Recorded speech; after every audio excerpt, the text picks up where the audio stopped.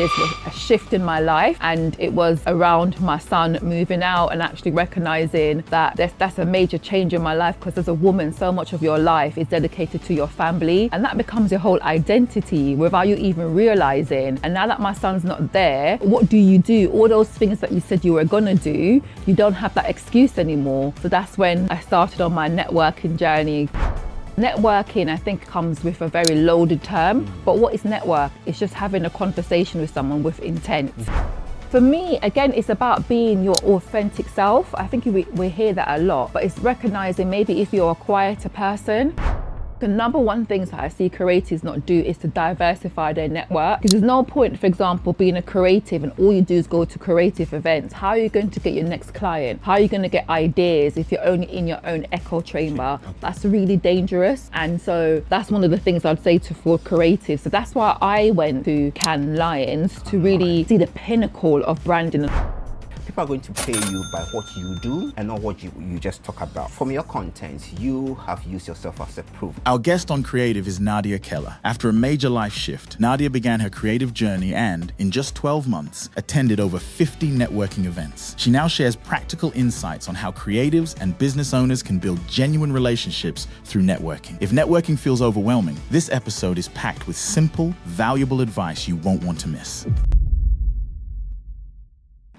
Welcome, Nadia. Thank you so much. Creative Lounge. Thank you. Produced by Studio 88. Nadia, you often start your videos with the line, "I'm 47, an empty nester."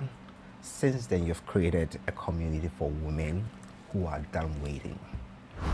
I would love to hear your story and what sparked the idea for you to start this whole creative community. Okay, thank you so much. Thank you for having me. I feel so honored to be here. You're welcome. I'm so looking forward to doing long form content, first of all. And can I give a high five for the fit? And look, we've got matching shoes, guys. And I got your color. Look, I was looking ahead. I was like, what style should I wear? But I hope this is the color of your logo. Yes, orange. Yes. Yeah. So I did well. I Yes, represented you. And you're in brown as well. Yeah. Look, it's kind of matching. So, you know, I just to say that first of all, because how you present yourself, you know, it's not something I've done intentionally, but it's just become part of my brand. And that leads me perfectly into why I start on 47, an empty nester, because I think it's just something that happened quite naturally. Because when I started my networking journey about 18 months ago, 18 months? Yeah, 18 months ago, coming up to 2 years soon. People don't know how old I was, because it's not something that you say. I started to tell people my age, I'm 47, because a lot of people didn't recognize how old I was, because people thought I was in my 20s or 30s. Because of the networking. And I think it's just because of my attitude, right? I don't think I always, you know, I'm a very down-to-earth person, very natural, and I always, you know, present myself almost like a beginner, like I'm learning. So I think people might assume that I'm of a certain age. That's why I said I'm 47, an empty nester, because that was a big part of my journey, recognizing that actually this was a shift in my life, and it was around my son moving out, and actually recognizing that, you know, that's a major change in my life, because as a woman, so much of your life is dedicated to your family, and that becomes your whole identity without you even realizing. And now that my son's not there, I'm not, you know, what do? All those things that you said you were gonna do, you don't have that excuse anymore. So that's when I started on my networking journey, because people always say your network is your net worth. But what does that mean if you don't have a valuable network? And then how do you build a valuable network to make it be worthwhile? And so that's why I started on my networking journey, to see what this is all about. And where I was at the start of the journey to where I am now, I'm a completely changed person. And that's what I share with people. Yeah. Now, your life circumstances made you come up with this whole journey.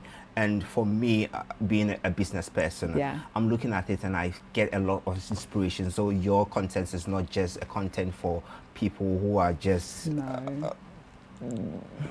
lonely in life.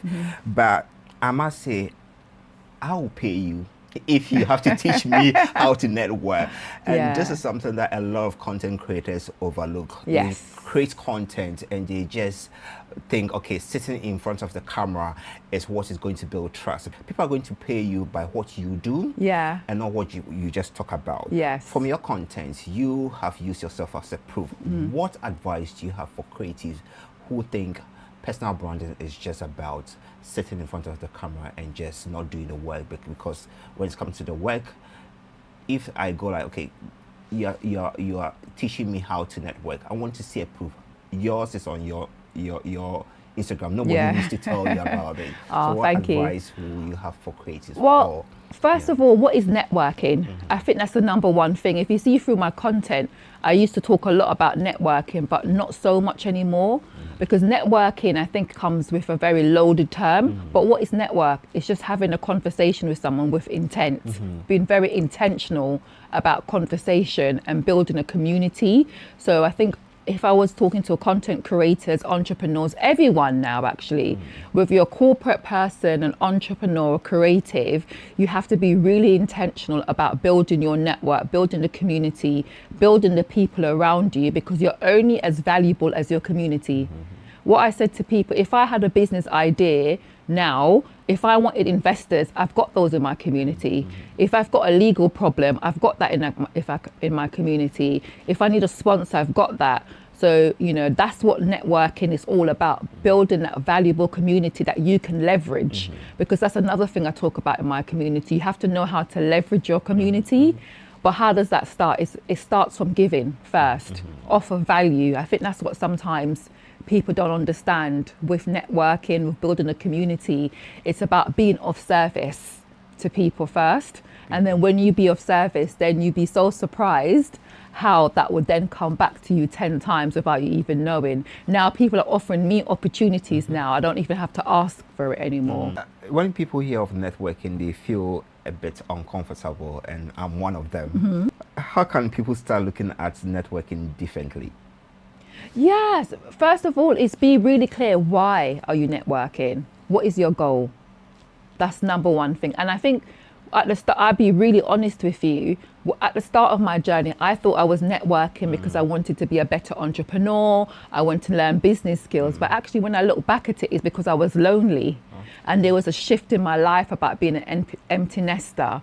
And I recognized a lot of my friends and family didn't understand what I was going through. They didn't understand my ambition, my drive.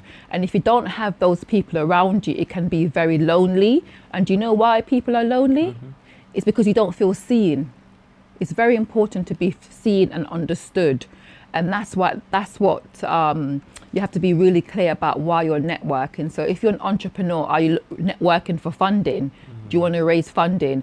Are you networking because you want to have peers in your community? So important. I think sometimes people think about networking as networking up. You're looking for someone to help you, but it's equally as valuable to have your peers, people on the same level as you that understand your pain points, that you can then have a shoulder to cry on when things get tough, because being an entrepreneur is not easy. Work and be really clear why you're networking. What do you hope to get out of it?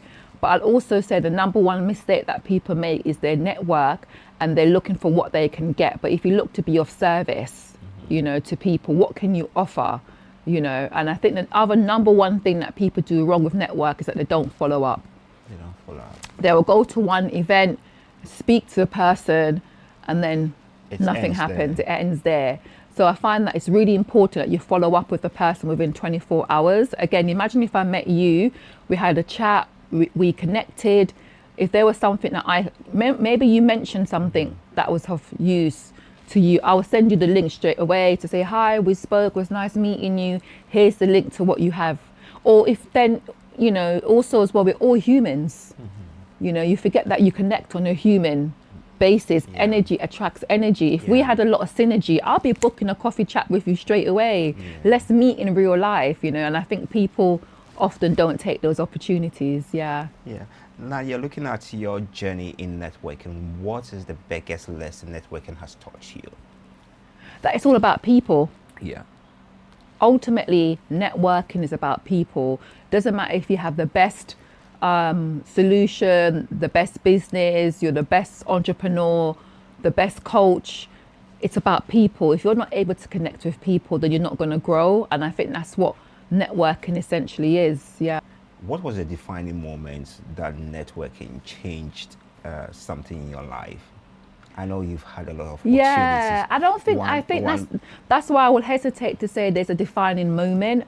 I think what it is that I just knew, first of all, I just knew I wanted a change in my life. You know, and I'm the person where if something's not going right, let's do something about it. And I'm always wanting to learn, to be quite curious. As I said, people always say your net worth is your net worth, but what does that mean? That's why I went on that journey to build it. And I think it just came, you know, in small steps. There wasn't like a big bang moment for me personally, you know, although I'm always convinced I'm one conversation away from my breakthrough. With social media and what you call online visibility, why do you think in-person networking is still so important for creatives and business owners? It's so important because I think we've become quite fickle now. You know, we crave in-person events. Statistically, it's just something that people crave. You know, the old school meeting up, connecting with people. I think, you know, since coming out of COVID, we're all really yearning that connection. And we know that, you know, online is great. Don't get me wrong. We must do online, but actually in person is where those relationships can really build. And there's nothing worse when you really cheer for someone in real online, but when you meet them in person, you're like, that's not my people. We just don't have that synergy. And equally so, there's other people, and we've met on TikTok, and then we've just become buddies, and we've never met in real life. Wow. We've never met in real life, but we've championed each other so much, much more than people that I know for years and years. So I think it's just about, again, going back to that intention and recognizing that you have to do a bit of both, you know, to really, even today I was listening to a content creator that's done really well. She's got, you know, millions of followers, and she says she still prioritize meeting people in real life because those are the deals. The deals are going to be made in real life. Not online. Not online. Yes, not online. Yeah. How do you build genuine connection without making conversation feel transactional? So for me, again, it's about being your authentic self. I think we hear that a lot, but it's recognizing maybe if you're a quieter person, for example, if I were you, I'd arrive early. I'll do my research and say, you know, if there was particular speakers that I wanted to speak to, arrive early, you know, maybe send messages to the speakers on LinkedIn to say, hi, I'm going to be going to this event. I'm seeing you're speaking, let's connect. Wow. You know, make sure you sit at the front. Make sure you're wearing a nice top like that. I know it's a bit corny, but honestly, be so how much easier it is for someone to come up to you, oh, that's an interesting top. And that sparks a whole conversation of being genuine. And again, as I said, it goes back to not looking to service first. You know, if there was a speaker that I wanted to speak to, look on their page, comment on their post, you know, like their pictures. You'd be so surprised how much people are so happy when people make an effort to support their work. You know, there'll be so many people that go to people and ask for something, but yet they've never liked their pictures. They're not even following them. They have no clue of what they do, but yet you want to network with them. Hello. But if you had, but before, if you'd gone to the person, looked, and it costs nothing. It costs nothing. It's just so free. Like, comment, even for me per se, it's very difficult for me to comment on until maybe I've made but liking someone's post is not. No, I'm sorry. You have to comment. I'm sorry. Okay, I'll comment. You better comment on. I'm going to go back. You said you were picking me up and you haven't commented on any of my pictures. No, do you know what? Do you know, Nadia, I liked almost all your content. I'm sorry. Okay.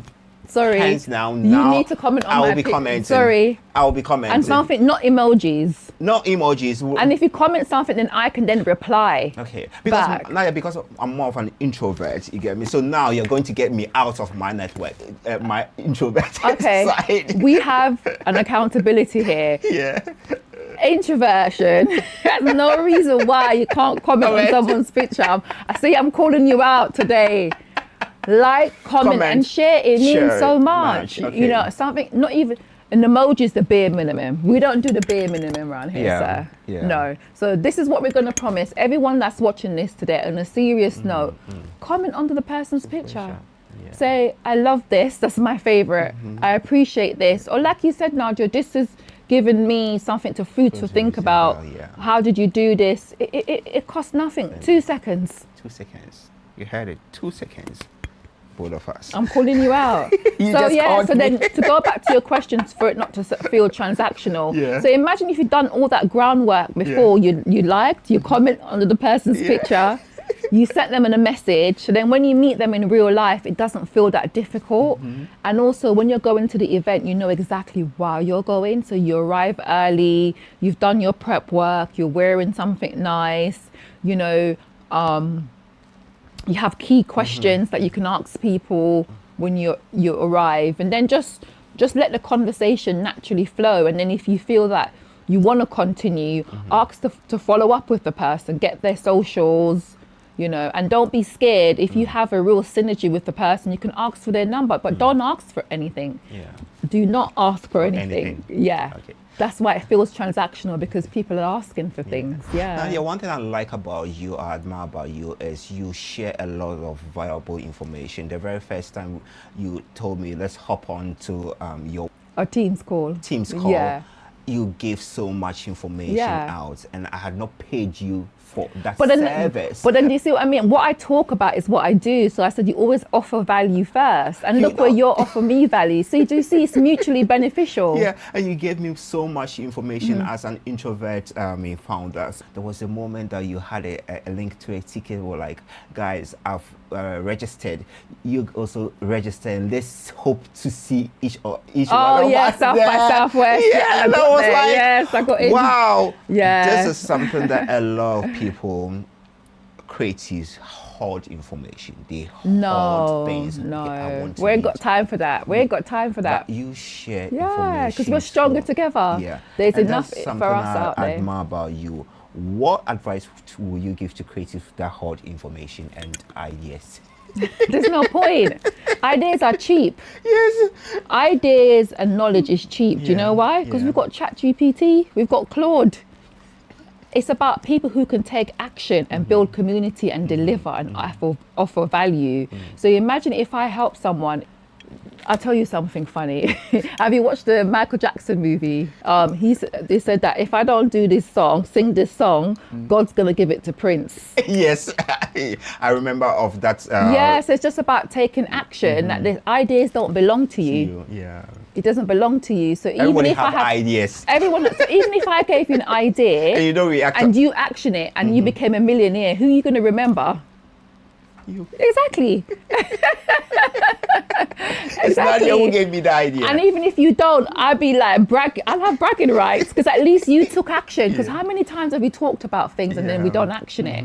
It's not your idea. So, you know, we're much stronger together. And can I just say as well, since, you know, I don't have a scarcity mindset, it's like I must have an armor that I repel people, because honestly, I've never had a problem with people not willing to offer help or have a, you know, negative experience. It's always been so positive. So I just want to say to people, what you see is also what you get back. You know that analogy, if you think of red cars, what do you see? Red cars. So I'm seeing opportunities everywhere. I'm seeing the doors open. I'm not seeing any doors slam in my face. So that's the thing. I think as a creative, you have a positive mindset, it will come back to you. If you have a negative mindset, unconsciously you put that out there. So I think it's so important to bear that in mind on your journey. As a creative, investing in ourselves is something we often overlook. I quite remember I saw one video of yours, of which you were... And you never commented, that's why you can't remember. I remember. I said I saw a video. Nadia, don't worry. From now on, I will be commenting. Okay. Don't worry. Good. I'll be commenting. Good. Look, guys, go on her page. Her Instagram is on it. I'll be commenting, and if I don't comment, guys, come to my page and go and comment. I'll be commenting. Of which you were an MC, and you did state that you did not get ideas from ChatGPT or go on the internet, but you got a real coach. Yes. And recently, you went to Cannes Festival. When you told me we were going to Cannes Festival, I was like, I'm a filmmaker. I'm not going. What is that? Because I don't sleep. I'm going to say action. Those that can action fast those are the ones that's going to be successful. Yeah. You know, you can't sleep on things. You just got. Even I was hesitating, to be honest. But I was trying to say, you've got to believe in yourself and shoot your shot. What's the worst going to happen? Yeah. Now we want to talk about Cannes. Yeah. What happened there? Well, first of all, Cannes is a business trip. Yeah. Okay, as much as you see all the glitz and glamour, the celebrities, it is a big business trip. It's like the Met Gala for the branding and marketing world. Like all the biggest brands, Adobe, LinkedIn, Meta, Microsoft, anyone there in brand. Celebrities, Oprah, Sierra, everyone was there. Ludacris, all the celebrities, yeah. And what insights did you amass when you went there? Because as creatives will sometimes to be honest, I thought Cannes was for the film world, but getting to learn from your content, I saw that a lot of creatives are now getting involved into it. Yeah, because you do have the Cannes Film Festival, and then you've got the Cannes Lions, which is two separate festivals. Okay, it's two different festivals. Two separate festivals. Okay. So the Cannes Lions, which is the marketing and branding festival, it's very different from the film. Although I was speaking to someone the other day and she was saying I should go to the film festival. So just to first of all say it. So this is an insight. I thought you were at the film festival. No. And I thought the whole Cannes was the film festival. No. So I get to also be educated on my own show. We're doing a lot of education for you here. So what we're going to do, you're going to be commenting on the post and you're going to research Cannes Line, okay? Okay, I will do that. So very quickly, just to say, as creators, I think the number one things that I see creators not do is to diversify their network.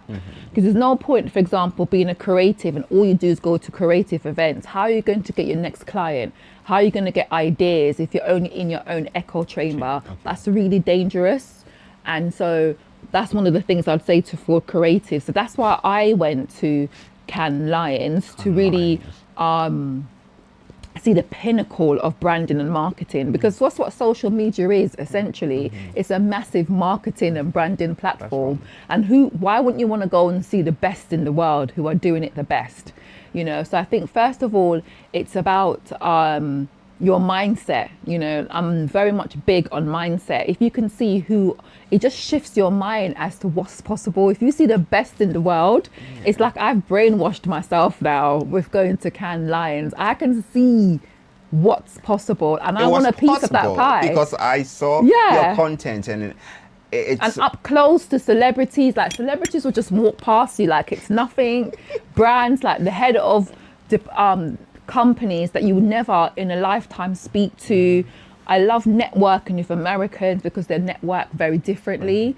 And I'll be honest to you, it was very much different to how I'm used to networking. They're very like straight to the point Americans. They don't mess about. Let's do business, or no, you're not for me. Keep it moving. Thank you. Bye. I've got someone else over there. And later you go like, I call you don't pick up your phone. Yeah, no, they're very, very much straight to the point, you know, very much more serious Americans, which is good. Because I'm trying to say, as introverts, you know, you can't sort of stay in your own echo chamber. You have to force yourself into different networks. And I had to pull my socks up. I'm that sort of person. If I feel like I'm not performing, then I'm going to, you know, level up. Okay, so what do you need to do? I don't know if you saw one of my videos where I spoke to Amma, the former owner of Plant Made. And she made a good point. I'm going to put you on the spot now. What is your 30 seconds pitch? If you've met me and I'm like a big, you know, investor or something, and we shook hands and you're going to introduce yourself, what would you say? What's your elevator pitch? I would like to know more about the person.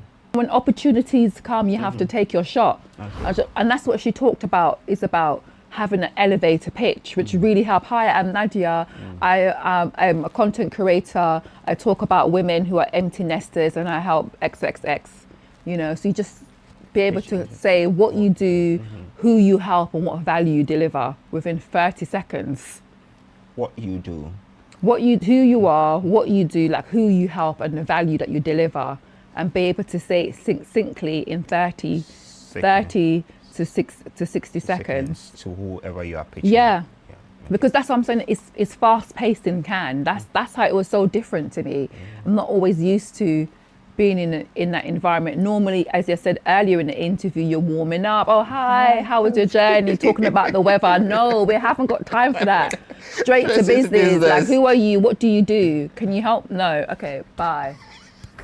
No, but then that's what it was like. So if you don't prepare yourself for that, it can be a real eye-opener or culture shock, or you might just not like it. But that's the whole point of why I share my journey that I go on, to let people know the realities of it so that you can prepare yourself for it. And I think that's the thing about social media or in life in general. Sometimes things are not easy. They're not. Quick. It's hard. It's okay. You got to just step your game up, go and practice, work harder. So Nadia, before we finish with our whole conversation, I want you to give us 5 networking tips, and later we also come back to your community that you are creating now. Okay, so I think the number one tip I would say is to be really clear on why you're networking. What is your goal? If you're an entrepreneur, a business owner, or a professional, why are you networking? Because then that will help you to decide where you go networking as well. You know, are you going to go to more corporate events, informal events? You know, I'll then say to diversify your network. If you're creative, don't just go to creative events. Go, for example, to technology events. What do technologists need? They need content creators, because they don't have because they don't have time to be creating content. You know, so that's why I always say to people, and where they're going to have the money to spend, they're going to have the budget. So I think that's diversify your network. Go to spaces like, for example, I went to Cannes because that's the space that I would not typically go to. So that's opened up my mind, opened up my network, which I would not normally have exposure to. So diversify your network. I would then say to give first, to be of service to people. You know, do your research. Doesn't matter if you're a junior person. I often speak to people who are students or apprentice, and they often say, oh, I don't know what to do. You know, I spoke to the CEO of LinkedIn, and she was talking about you can still be a thought leader or present yourself as a personal brand on LinkedIn, even if you're an apprentice, because you know why? Everyone has a unique angle. Everyone can offer something. So really be really clear. What am I really good at? If you're a content creator, you can express what are you good at, what's your unique proposition that then you can help other people. Doesn't matter if they're 3-4 steps ahead of you, they always need help. So be of service, I would be the third one.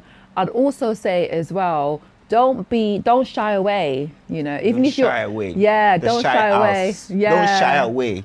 And it's okay to be shy. It's okay to be nervous. I'm always tired. You hear in my video, I'm telling you, I'm always tired.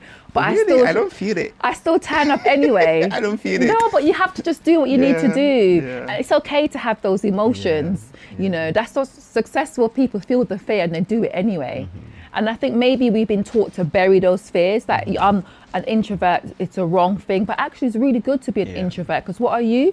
You're a great listener.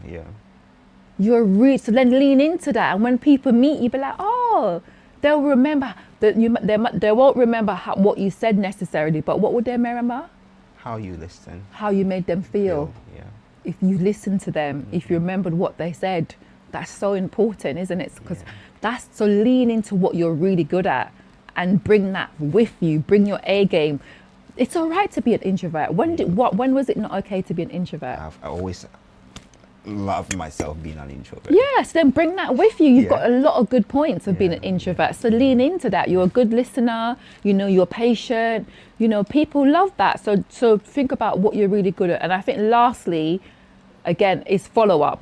Follow up. So important. Always follow up. I always send, and you don't have to send a message to everyone, you know, send a message to people, 2 or 3 people that you really connected with, and don't be vague, be really specific. You know, I always go on the person's page, like, comment and share. Comment and share. Comment and share. And you know the number one thing I always say, if I say to them, what can I help you with today?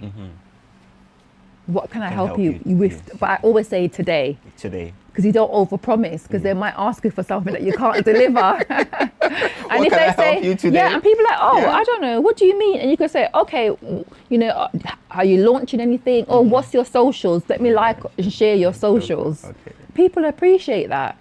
You know, that's how much does that take? Nothing. And then the person, what would the person do after that? They will turn around and say, oh, Nadia, how can I help you? Well, since you asked. That's it. Do you see what I mean? Yeah. That's so easy. And then please, when you meet people, don't ever ask, what's your job title? What do you do? What do you I hate do? that question. You hate that question. Because we're more than our job Yeah, titles. yeah. You're not just a creative. Yeah. I always ask people, what's your passion? And they're like, oh, that makes them think. It makes you stand out, and it makes you listen to what the person's actually going to say. Because it's just talking. It's just a conversation. And there's a question that often people don't ask. What's your passion? What's your passion? Yeah. What are you working on now that lights you up? Yeah. What gets you These are excited in the morning? Questions that brings intellectual and like questions that really mean like I want to know you person on person, not just our personality, not just our titles, but get to know you. And it takes away that transactional feeling, because people get fed up of asking us. If you ask me one more time, I get so bored. And I always say, oh, forget about my job title. Ask me what's my passion. Now we're going to talk about your passion, of which you have created a community. Even though I went on your page, I was seeing ladies, I was like, don't matter. I will just like this woman. Yeah, I will just follow her. Yeah. Because I'm getting good content from amazing. it. Thank you. And unfortunately, all the men here, we're going to make an appeal so that you also add mentorate. Do you know what it is? It's not that I excluded men. It's just that, you know what it is? I'll be honest with you. People see me as a woman. I'm a black woman. They just assume that's my community is about. So I've just leaned into it. You know, I'm not going to fight it. Appeal from men. We want to join. You're welcome to join. So how is this the community? Can you give more in-depth about the community and the way forward for the community, and anyone who also wants to join, and anyone who also wants to come to you to help them in your networking, be it a creative or a founder or a new business owner who wants to come to Nadia to help with the networking? Because to be honest, it was just 30 minutes online with Nadia, and I got a lot of in-depth. So viewers, let's listen. Touching on what I said earlier also as well, you have to invest in yourself, because now I've gone to these networking events and now understand the value of investing in yourself. You know, going to into putting yourself into elevated spaces, spaces that you have to actually pay or demonstrate a value to join, because those are where the deals are made. Those are where real proximity to change makers can make a difference, because that's why people talk about visibility, is that visibility gives you proximity. Proximity gives you opportunities. Now, if I didn't go online and posted and talked about what I was doing, I probably would never gone to Cannes. I would never got all these opportunities that's coming my way. It's because I've put myself into those elevated spaces. And that's what I'm going to be leaning into more in my community now, because then you find more like-minded people, you'll find serious people who are going to want to do the work just like you do. Yes, I will ask people to follow me at Also Connected. I also have a WhatsApp channel as well for people to join, where I share networking events. I am going to be working on some projects that I can't say much about now. But watch this space, definitely going to be revealing more information soon. Nadia, thank you very much for coming. And I've really enjoyed this interview, even though you pulled me out. Yes. And yes, I have. It's good, because sometimes I stay in my bubbles too much. I'll try as much as possible to come out of my introvert set side and be a little bit out there. You get me? And thank you very much for coming. And from Studio 88, we say thank you. Thank you. Thank you for inviting me. I had a great time. Thank you. Bye.